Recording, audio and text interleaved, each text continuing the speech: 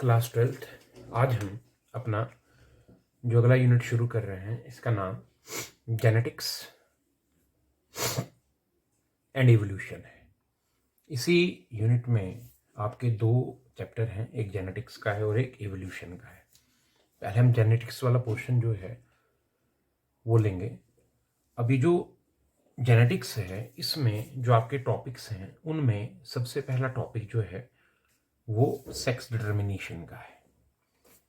Sex determination मतलब वो कौन सा मैकेनिज्म है जो इस बात का फैसला करेगा कि किसी भी इंडिविजुअल में जो आने वाला डेवलप होने वाला बच्चा होगा वो किस सेक्स का होगा, मेल होगा या फीमेल होगा।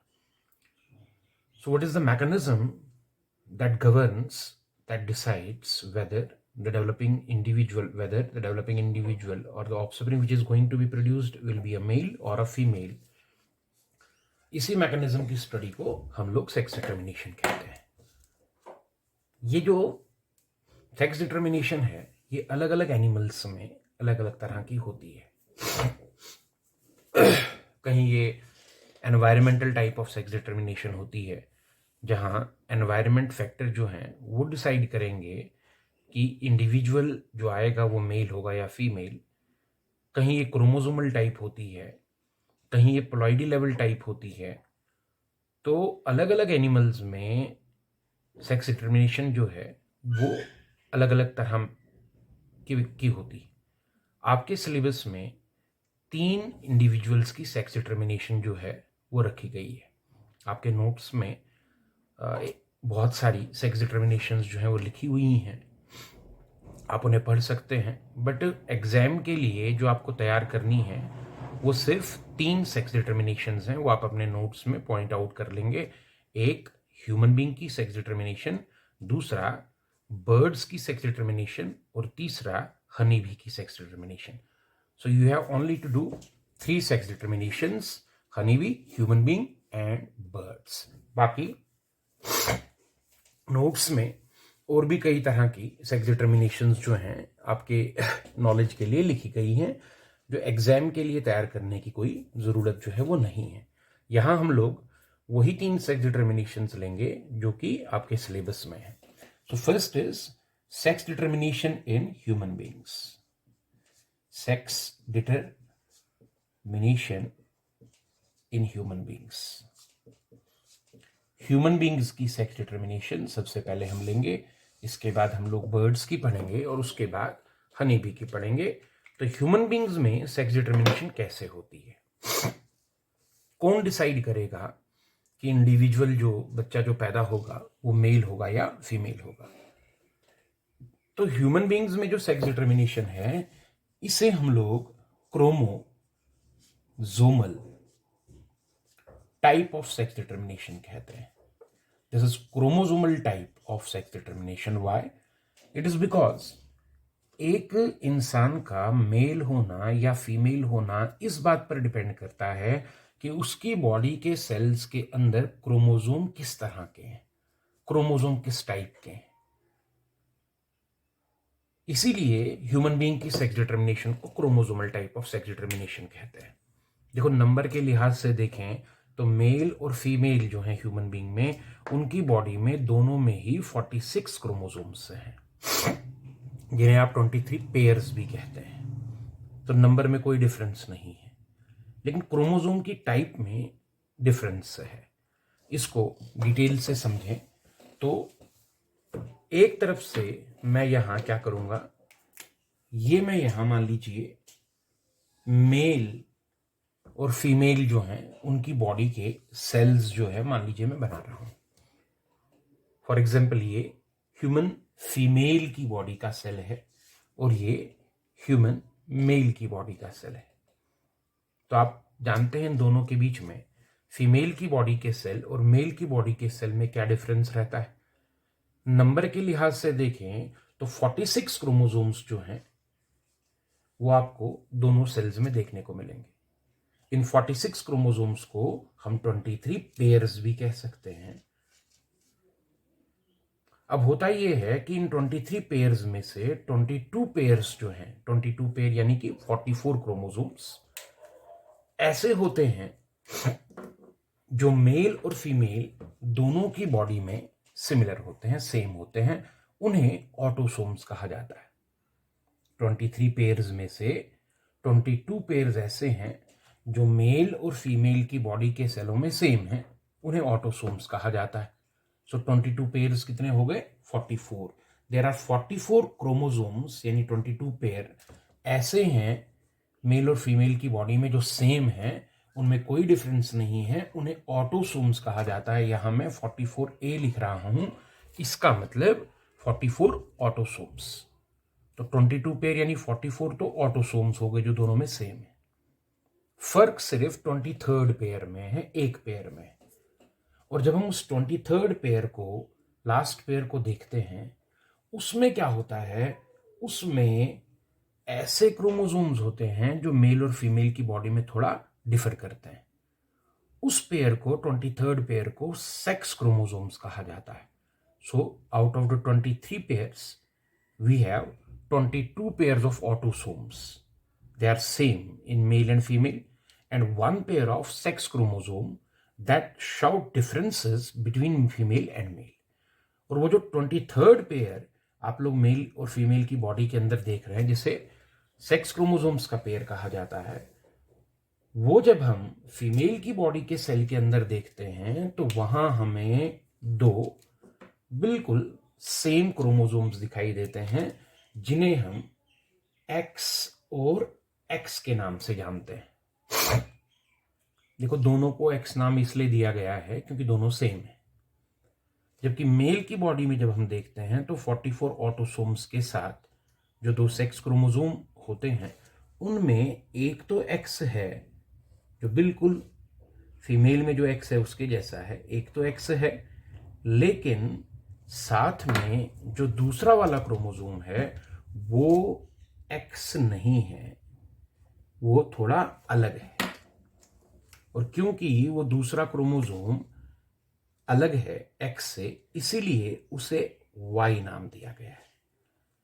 सो मेल की बॉडी में 44 ऑटोसोम और साथ में दो सेक्स क्रोमोसोम, वो दोनों अलग, एक को X और एक को Y नाम देते हैं। फीमेल की बॉडी में 44 ऑटोसोम्स के साथ दो सिमिलर सेक्स क्रोमोसोम, जिन दोनों को X नाम दिया जाता है। तो जेनेटिक कंपोजिशन क्या बनेगी, जीनोटाइप क्या बनेगा? फीमेल में 44 ऑटोसोम प्लस XX, मेल में 44 ऑटोसोम प्लस XY। अब अगर देखा जाए तो यहां Y क्रोमोसोम एक ऐसा क्रोमोसोम है जो मेल में मौजूद है और फीमेल में नहीं है। रही बात X की, तो X तो दोनों में है, मेल में भी X है, फीमेल में भी X है। अब ये बात अलग है कि मेल में एक ही X है और फीमेल में दो X है, लेकिन X होते दोनों में। Y क्रोमोसोम फीमेल में एब्सेंट है और मेल में प्रेजेंट है। और बेसिकली रिसर्चेस में ये बात सामने आई है कि ये Y क्रोमोसोम ही है जिसमें मेलनेस का जीन है। एक मेल इसलिए है क्योंकि उसके पास Y क्रोमोसोम है और Y क्रोमोसोम पे ही मेलनेस का जीन है। फीमेल इसलिए है क्योंकि उसके पास Y क्रोमोसोम नहीं है। रही बात X क्रोमोसोम की, तो X क्रोमोसोम के होने या ना होने से ह्यूमन बीइंग के सेक्स पे कोई खास फर्क नहीं पड़ता, क्योंकि वो तो दोनों के पास है। अब ये बात अलग है कि मेल में एक ही X है लेकिन फीमेल में दो X हैं, but it is the presence and absence of this Y chromosome that decides whether the individual will be a male और अ फीमेल। जिसमें Y है वो मेल है, जिसमें Y नहीं है वो फीमेल है। रही बात क्रोमोसोम X की, तो X क्रोमोसोम एक ऐसा क्रोमोसोम है जो वाइटल है, जिंदगी के लिए जरूरी क्रोमोसोम है। जिंदा रहने के लिए कम से कम एक X क्रोमोसोम तो इंडिविजुअल को चाहिए ही चाहिए। बिना X क्रोमोसोम के कोई इंडिविजुअल जिंदा नहीं रह सकता। X क्रोमोसोम के जीन लाइफ के लिए बड़े जरूरी जीन है। बिना X क्रोमोसोम के कोई भी इंडिविजुअल जिंदा नहीं रह सकता। मेल को भी जिंदा रहने के लिए एक X क्रोमोसोम चाहिए ही चाहिए। Y क्रोमोसोम के बिना लोग जिंदा रह सकते हैं। फीमेल, दुनिया की आधी पॉपुलेशन फीमेल्स की है और फीमेल्स जो हैं उनमें वाई नहीं होता, लेकिन वो लाइफ उनकी जो है वो आसानी से चलती है। इससे ये प्रूव होता है कि वाई क्रोमोसोम बेशक मेलनेस के लिए जरूरी है, लेकिन लाइफ के लिए वो कोई वाइटल क्रोमोसोम नहीं है, उसके बिना लाइफ चल सकती है। तो अपने इस पूरे लेक्चर को, अपने इस पूरे टॉपिक को अभी तक जो हमने पढ़ा, अगर इसका हम कंक्लूजन देखें तो वो ये कि वाई क्रोमोसोम की प्रेजेंस मेल बनाती है और वाई क्रोमोसोम की एब्सेंस फीमेल सेक्स को डेवलप करती है। एक और इंपॉर्टेंट चीज जो है वो यहां देखने को के लायक है कि बिना वाई क्रोमोसोम के सर्वाइव किया जा सकता है, लेकिन बिना वाई क्रोमोसोम के कोई मेल नहीं बन सकता। एक्स क्रोमोसोम के बिना तो सर्वाइव करना ही मुश्किल नहीं है। सो वाई क्रोमोसोम के बिना कोई इंडिविजुअल मेल नहीं हो सकता, और एक्स क्रोमोसोम के बिना कोई इंडिविजुअल सर्वाइव नहीं कर सकता। ऐसा नहीं कहेंगे कि एक्स क्रोमोसोम के बिना कोई इंडिविजुअल फीमेल नहीं हो सकता।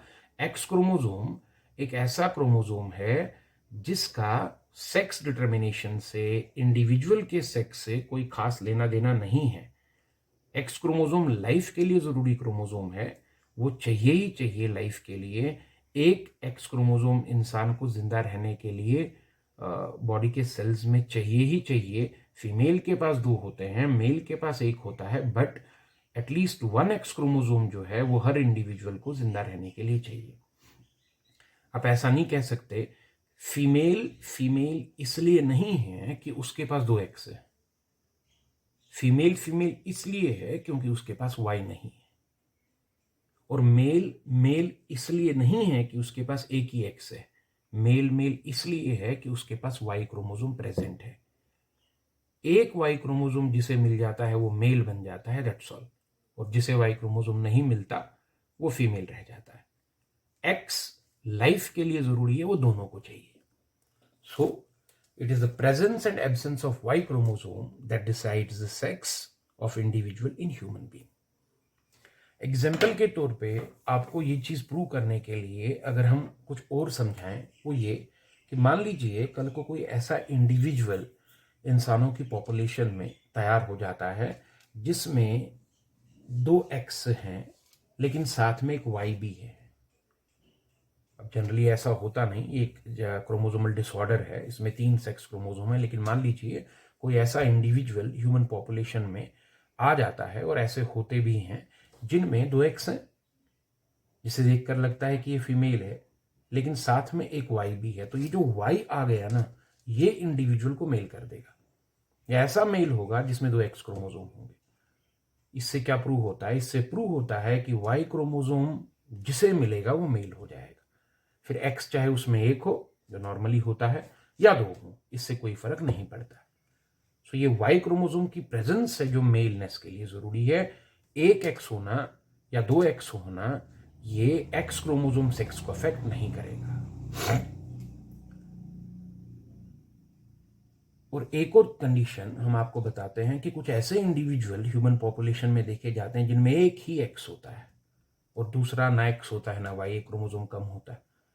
तो क्या ऐसा इंडिविजुअल कभी, हालांकि मेल में 1 एक्स होता है लेकिन नॉर्मल मेल में, लेकिन ये 1 एक्स वाला जिसमें दूसरा एक्स नहीं है और वाई भी नहीं है, तो ऐसा इंडिविजुअल एक फीमेल ही रहेगा क्योंकि इसमें वाई नहीं है। तो जिसमें वाई है वो मेल है, जिसमें वाई नहीं है वो फीमेल है। एक्स फिर 2 हो या 1 हो, उससे कोई फर्क नहीं पड़ता। क्या कोई ऐसा इंडिविजुअल भी हो सकता है जिसमें सेक्स क्रोमोसोम के नाम पे एक वाई क्रोमोसोम हो और बस एक्स हो ही ना? ऐसा नहीं हो सकता। वो इसलिए नहीं क्योंकि लाइफ को चलने के लिए, जिंदा रहने के लिए हर इंडिविजुअल को एक एक्स क्रोमोसोम तो चाहिए ही चाहिए। बिना वाई के सर्वाइव किया जा सकता है, लेकिन बिना एक्स के सर्वाइव नहीं किया जा सकता। सो वाई क्रोमोसोम के बिना कोई भी इंडिविजुअल मेल नहीं बन पाएगा और एक्स क्रोमोसोम के बिना कोई भी इंडिविजुअल सरवाइव नहीं कर पाएगा। अब रही बात इंडिविजुअल के सेक्स डिटरमाइन करने की, अगर इनको पेरेंट्स मान लिया जाए, ये मेल, ये फीमेल पेरेंट और ये मेल पेरेंट, तो जब गैमीट बनाने की बारी आएगी, मेल गैमीट बनाएगा, उसके गैमीट्स बनेंगे, स्पर्म बनेंगे। तो मेल में 2 तरह के स्पर्म्स बनेंगे। 44 ऑटोसोम अलग होंगे, 22 ऑटोसोम एक स्पर्म में और 22 ऑटोसोम दूसरे स्पर्म में चले जाएंगे, प्लस एक्स और वाई अलग होगा। एक स्पर्म में एक्स जाएगा और दूसरे में वाई जाएगा। तो देखिए मेल के 2 तरह के स्पर्म्स बनेंगे। 50% ऑफ द स्पर्म्स ऐसे होंगे जिनमें 22 ऑटोसोम्स के साथ एक्स होगा और 50% ऐसे होंगे जिनमें 22 ऑटोसोम के साथ वाई होगा। ये जो एक्स वाले स्पर्म्स होंगे इन्हें गाइनोस्पर्म कहा जाएगा। These are gynosperms. और ये जो वाई वाले होंगे इन्हें एंड्रोस्पर्म्स कहा जाएगा। Andro means male, gyno means female. जबकि फीमेल की जब बात की जाएगी तो क्योंकि उसमें दोनों ही एक्स क्रोमोसोम है, वो जब एग बनाएगी तो 22 ऑटोसोम्स बनेंगे। एक एग में भी एक्स जाएगा, दूसरे में भी एक्स ही जाएगा। तो इसमें जो एग बनेंगे, हर एग में 22 ऑटोसोम्स के साथ एक एक्स रहेगा और इसके सारे एग ऐसे ही बनेंगे। इसीलिए ह्यूमन फीमेल को होमोगैमेटिक कहते हैं, क्योंकि ह्यूमन फीमेल जो है उसके सारे एग या ओवा सेम होते हैं और हर एग में 22 ऑटोसोम्स के साथ एक एक्स क्रोमोसोम रहता है। जबकि ह्यूमन मेल को हेटेरोगैमेटिक कहा जाता है क्योंकि वो 2 तरह के स्पर्म्स या गैमीट्स तैयार करता है, आधे एक्स वाले और आधे वाई वाले। अब at the time of fertilization क्या होगा? अगर एग को, क्योंकि एग तो सारे जैसे एक ही जैसे हैं, तो एक एग लेते हैं। अगर एग को ये एक्स वाला यानी गाइनोस्पर्म फर्टिलाइज कर देगा तो रिजल्टेंट इंडिविजुअल जो होगा उसमें 22 ऑटोसोम एग से और 22 ऑटोसोम स्पर्म से आ जाएंगे and they will be 44 autosomes हो गए। 22 वहां से, 22 यहां से, प्लस एक एक्स एग से आ रहा है और एक स्पर्म से आ रहा है। रिजल्टेंट इंडिविजुअल जो होगा दैट विल बी फीमेल। और अगर एग को फर्टिलाइज कोई एंड्रोस्पर्म करता है तो उस कंडीशन में 22 44 ऑटोसोम्स हो जाएंगे, प्लस एग एक्स देगा लेकिन स्पर्म वाई देगा and the resultant individual will be male. तो if egg is being fertilised by gynosperm, resultant individual female होगा। If egg is being fertilised by androsperm, resultant individual जो है वो mail होगा। सो ये फादर की तरफ से कंट्रीब्यूट कौन सा स्पर्म किया जाता है वो डिसाइड करेगा कि रिजल्टेंट इंडिविजुअल मेल होने वाला है या फीमेल होने वाला है। माँ के एग से कोई फर्क नहीं पड़ता क्योंकि माँ तो होमोगैमेटिक है, उसके तो सारे एग एक ही जैसे हैं। So this is all about sex determination in human being, जिसमें जो सबसे इंपॉर्टेंट चीज आपने याद रखनी है वो ये, नंबर 1 कि वाई क्रोमोसोम पे मेलनेस का जीन है। नंबर 2, वाई क्रोमोसोम की प्रेजेंस ही इंडिविजुअल को मेल बनाती है। नंबर 3, वाई क्रोमोसोम की एब्सेंस इंडिविजुअल को फीमेल बनाती है। नंबर 4, एक्स क्रोमोसोम लाइफ के लिए वाइटल है। जिंदा रहने के लिए कम से कम एक एक्स क्रोमोसोम हर इंडिविजुअल को चाहिए, चाहे वो मेल हो या फीमेल। वाई क्रोमोसोम लाइफ के लिए जरूरी क्रोमोसोम नहीं है, बिना वाई क्रोमोसोम के भी सरवाइव किया जा सकता है। फीमेल सारी बिना वाई क्रोमोसोम के सरवाइव करती हैं। एक फीमेल इसलिए नहीं होती कि उसमें 2 एक्स हैं, वो फीमेल इसलिए होती है क्योंकि उसमें वाई एब्सेंट है।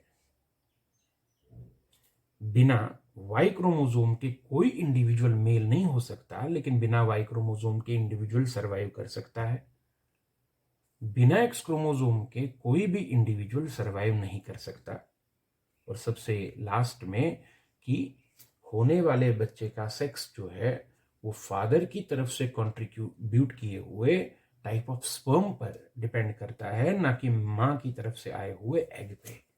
So this is how sex is determined in human beings. This is sex determination in human being. Note से आप इसको अच्छे से जो है वो तैयार कर लेंगे। नोट्स में जैसे मैंने आपको बताया कि बहुत सारी सेक्स डिटर्मिनेशंस जो हैं वो लिखी गई हैं आपके जनरल नॉलेज के लिए, लेकिन पेपर के लिए आप जो 3 तैयार करेंगे उनमें एक ये ह्यूमन बींग्स वाली सेक्स डिटर्मिनेशन है। अगले लेक्चर में हम आपको सेक्स डिटर्मिनेशन इन बर्ड्स समझाएंगे।